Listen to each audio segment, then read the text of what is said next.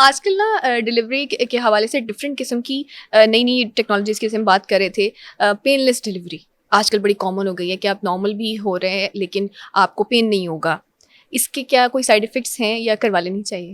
देखिए, painless delivery मैं तो रिकमेंड करती हूँ। मैंने ओके। अगेन इसमें एक तो बात ये है जो सबसे ज़्यादा मुझे बेनिफिट लगता है ना, वो आपका जो पेनफुल ट्रॉमा होता है ना पेशेंट के लिए, जो साइकोलॉजिकल ट्रॉमा उसका हो जाता है वो नहीं होता। अच्छा। ठीक है, उसके लिए पेन बियर करना आसान हो जाती है। स्पेशली जो फर्स्ट प्रेगनेंसी होती है ना, उसमें आपका टेन्योर जो है वो लग सकता है, टाइम पीरियड जो है वो आपका 12 आवर्स से 24 आवर्स तक हो सकता है। सही। ठीक है ना, पेन बियर करने का कितनी पेन बियर देर में करने आपको का पेन क्या होगा? आपको इतनी ओह देर माय 12 गॉड! घंटे से 24 घंटे लग पूरा जाएंगे एक आपको दिन। डिलीवर होने में, पूरा दिन।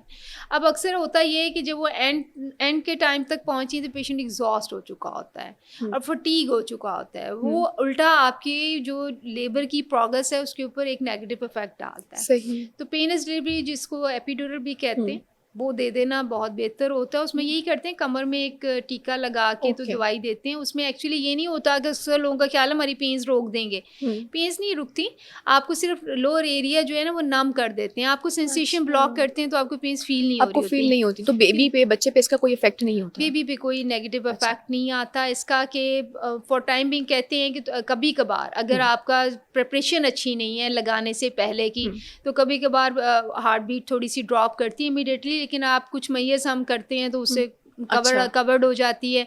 कुछ लोगों का ये ख्याल है कि जिससे सिजेरियन रेट बढ़ जाता है, तो सिजेरियन जो मेडिकल ग्राउंड्स में होना उसी ग्राउंड्स में वो हो जाना है। हो जाना है। ओके। वो ठीक है, वो इसके साथ भी हो जाएगा और इसके बगैर भी हो तो जाएगा। एपिड्यूरल के एज सच एपिड्यूरल कोई के इस पे साइड नहीं, इफेक्ट्स नहीं? लेकिन इसका ये है कि 80% आपका पेन रिलीफ कर देगा, 10% तक आपको प्रेशर की फीलिंग्स तो रहती हैं। लेकिन अगर आपका पेन फ्री हो जाए तो फिर मेरे ख्याल से ये जो है ना, मतलब आपका आउटकम इतना अच्छा है ना लेबर के बाद का, कि you are going to be a mother and you are having a baby. एक आपकी फैमिली में एक न्यू एंट्री हो रही है। वो जो एक प्लेजेंट एक्सपीरियंस होना चाहिए ना, वो ट्रॉमेटिक नहीं होता। कि वो प्लेजेंट ही रहता है। तो यू रिकमेंड पेनलेस के करवा लेना मैं तो चाहिए? रिकमेंड करती हूँ, लेकिन होता ऑब्वियसली ऑप्शनल है। पेशेंट की अपनी वी मर्जी कांट है। फोर्स एनीवन ना। अगर आपका थ्रेशोल्ड है और आप अपनी पेन को भी हंसी से बर्दाश्त करें तो तो कर लें, इट्स तो ओके। एपिड्यूरल ना लगवाएं। हाँ, इट्स ओके। इसमें तो तो कोई प्रॉब्लम इज नहीं। इट कॉस्ट इफेक्टिव कि बहुत महंगा है पेनलेस करवाना, या सस्ता है, या फिर करवा सकता है मेरे एक ख्याल एवरेज से इंसान? मुख्तलिफ हॉस्पिटल्स पे मुख्तलिफ होंगी इनकी ओके। कॉस्ट। लेकिन अगर मैं देखा जाए, मेरे ख्याल से जितने ब्रांड्स के जोड़े पहन लेती हैं फीमेल्स, उतना अगर एपिड्यूरल लगा के हैप्पी एक्सपीरियंस कर लें तो वो बेहतर है। अच्छा, अपने एक लेकिन महीना इतना महंगा भी नहीं है। अपने ब्रांड के जोड़ों पे जरा सैक्रिफाइस करके एपिड्यूरल लगवाएं। बिल्कुल, एक जोड़ा या 2 जोड़े हाँ, सैक्रिफाइस हो जाएंगे आपके। बिल्कुल, ये तो बात आपकी बिल्कुल ठीक है। आफ्टर प्रेगनेंसी, पोस्टपार्टम डिप्रेशन, मैं एक रिसेंटली एक एक्ट्रेस का इंटरव्यू देख रही थी, उन्होंने कहा मुझे इतना पोस्टपार्टम डिप्रेशन था बेबी बर्थ के बाद कि मेरा दिल करता था कि मैं अपने बच्चे की जान ले लूँ, मैं इसको मार दूँ। क्या ऐसा होता है?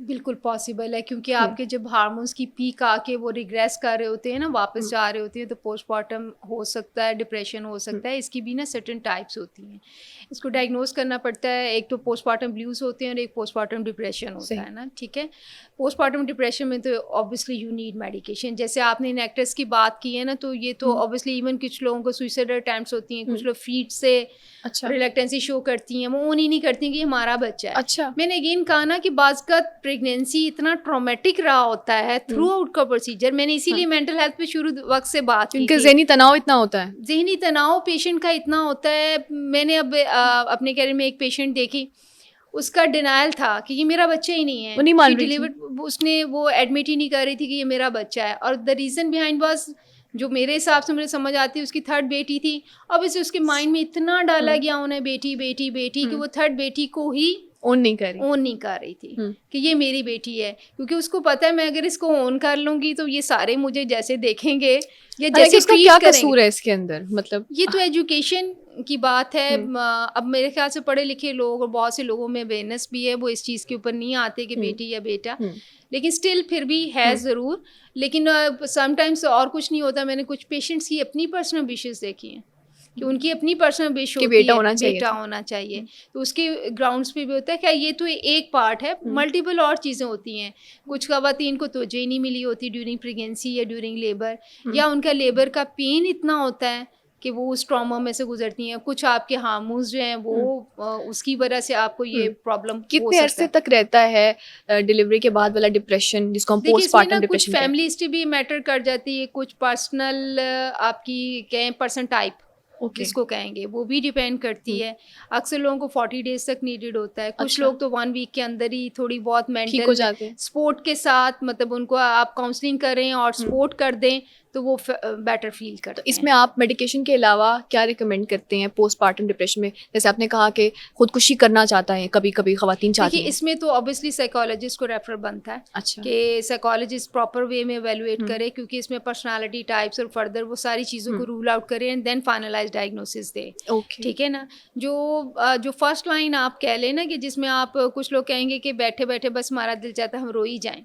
अक्सर लोगों की ये कंप्लेंट होती है, बस मुझे बैठ कोई वजह नहीं है लेकिन मेरा रोने को दिल चाहता है। इवन ड्यूरिंग मेंस्ट्रुएशन भी अक्सर लोगों का हाँ, दिल चाहता है। कि मेरा बस रोने को दिल चाहता है कि मैं रो ही जाऊं ना, और मेरे आंखों से टप टप आंसू सब गिरते हैं। तो उस सूरत में आप उनको एंटी डिप्रेसेंट पे तो डालते हैं। अच्छा, तो फिर वो क्योरेबल है, ठीक हो जाते हैं? क्योरेबल होता है, ठीक होता है, और उसके बाद कुछ काउंसलिंग, मेंटल हेल्थ जो है ना आपकी, counselling and thinking it matters a lot. तो आपको द वे ऑफ थिंकिंग, आप कैसी चीज़ों को लेते हैं। देखिए नेगेटिविटी आप इर्द गिर्द कभी भी कंट्रोल नहीं कर नहीं हो सकते, सकती। ये पॉसिबल ही नहीं। ये डे 1 से थी जब से ये दुनिया एग्जिस्ट हुई है और रहनी है जब तक ये दुनिया रहनी है। तो ये आपको अंडरस्टैंड करना है कि इस नेगेटिविटी में मैंने अपने आप को पॉजिटिव रखते हुए कैसे लेके चलना है। तो खवातीन को मुझे लगता है कि दवाइयों से ज्यादा जहनी जो होता है ना उसकी काउंसलिंग की ज्यादा जरूरत है, साइकोलॉजिकल काउंसलिंग की, साइकोलॉजिकल सपोर्ट की। अगेन इसमें मैंने देखा है वही family types, brought up, genetic makeup, सारी चीज़ें भी बाकी भी इफेक्ट कर रहे होते हैं।